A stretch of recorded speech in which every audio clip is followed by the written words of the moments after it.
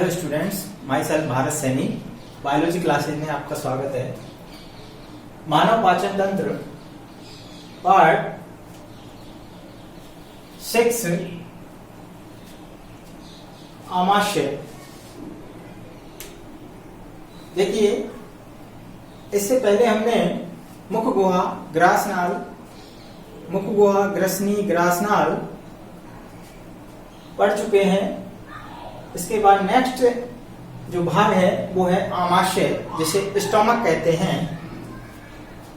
Stomach में जो मुख्य बातें हैं, सबसे पहली बात, आमाशय आहार नाल का सबसे फैला हुआ जे आकार का भाग होता है। ध्यान रखने वाली बात है, सबसे फैला हुआ और जे आकार का भाग है।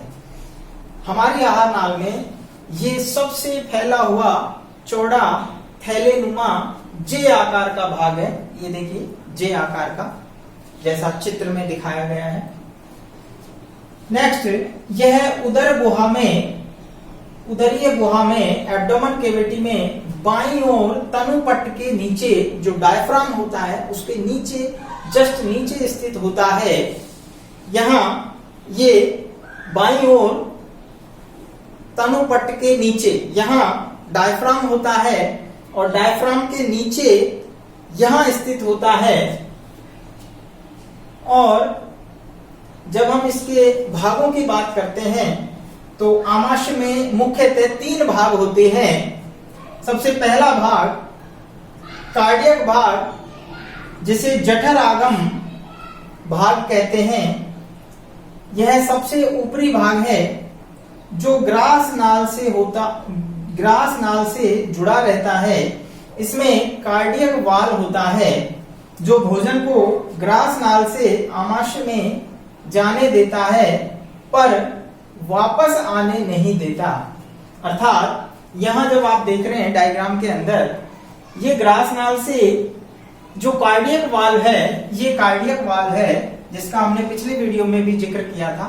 तो ये कार्डियक वाल यहां होता है और ये भोजन को ग्रास नाल से आमाशय में आने देता है लेकिन वापस नहीं जाने देता।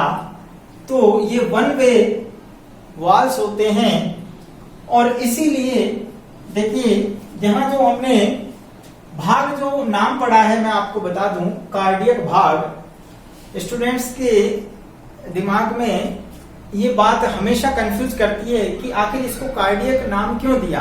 देखिए, कार्डियक जो शब्दावली है वो हम हार्ट से संबंधित होती है। जैसे कार्डियोलॉजिस्ट हार्ट स्पेशलिस्ट होता है, कार्डियोलॉजी हार्ट के अध्ययन को कहते हैं। ठीक उसी प्रकार ये जो आमाशय का जो भाग है हमारा, ये हार्ट के पास स्थित होता है, नियरेस्ट ऑफ हार्ट, यानी हार्ट के पास स्थित है, इसलिए इसे हम कार्डियक भाग कहते हैं। तो नाम जो है इसका, इसलिए हमने कार्डियक भाग दिया। नेक्स्ट, फंडस भाग, जिसे मुख्य बॉडी कहते हैं। ये आमाशय का लगभग 80% भाग होता है। ये देखिए, ये आपको नजर आ रहा है, ये फंडस भाग है, दैट इज फंडस। ये मुख्य बॉडी है आमाशय की। इसमें अनेक प्रकार के पाचक रसों का स्राव होता है, क्योंकि हम इसकी जब औतिकी पढ़ेंगे तो हम देखेंगे इसमें कई लेयर्स हैं जिनमें विभिन्न प्रकार की सेल्स और पाचक ग्रंथियां हैं जो पाचक रसों का स्राव करती हैं। नेक्स्ट पार्ट है पाइलोरिक भाग।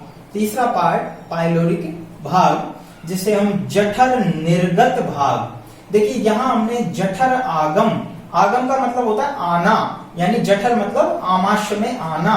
तो यहां से आता है भोजन, और जठर निर्गत भाग यानी पाइलोरिक भाग से भोजन बाहर जाता है। तो शब्दावली समझना बहुत आसान है अगर शब्दों का अगर थोड़ा ध्यान रखा जाए। तो पाइलोरिक भाग को ही हम जठर निर्गत भाग कहते हैं। निर्गत मतलब बाहर निकलना, अर्थात इस भाग से भोजन बाहर की ओर निकलता है। तो ये सबसे पीछे वाला भाग है, आमाशय का सबसे पीछे वाला भाग। तो अंतिम भाग है यह भाग जो पाइलोरिक छिद्र द्वारा पाइलोरस छिद्र द्वारा ग्रहणी में खुलता है। ये यहाँ पर ये जो छिद्र है ये पाइलोरस छिद्र है और इस छिद्र पर वाल होता है। कौन सा वाल है? पाइलोरिक वाल, जिसके द्वारा ये समय समय पर खोला जाता है और भोजन पाइलोरिक कपाट के द्वारा आमाशय से ग्रहणी में जाता है। यानी ये ग्रहणी में जाने तो देता है लेकिन वापस नहीं आने देता। तो ये उसी तरह से जैसे यहां से ग्रास नाल से भोजन कार्डियक भाग में आता है, कार्डियक वाल द्वारा वापस नहीं जा सकता, ठीक उसी प्रकार पाइलोरिक वाल द्वारा भोजन आमाशय में पाचन के बाद ग्रहणी में जाता है, जो कि छोटी आंत्र का सबसे पहला भाग है, लेकिन वापस यहां से नहीं जाने देता। तो ये अवरोधनिया जो है, जिनको हम अवरोधनिया भी कहते हैं, ये स्पाइनेचर जो होते हैं वो समय समय पर भोजन को पाचन की दृष्टि से रोक देते हैं और इनका बहुत अधिक महत्व होता है। जब हम आमाशय के कार्य की बात करते हैं तो आमाशय के मुख्यतः दो कार्य हैं।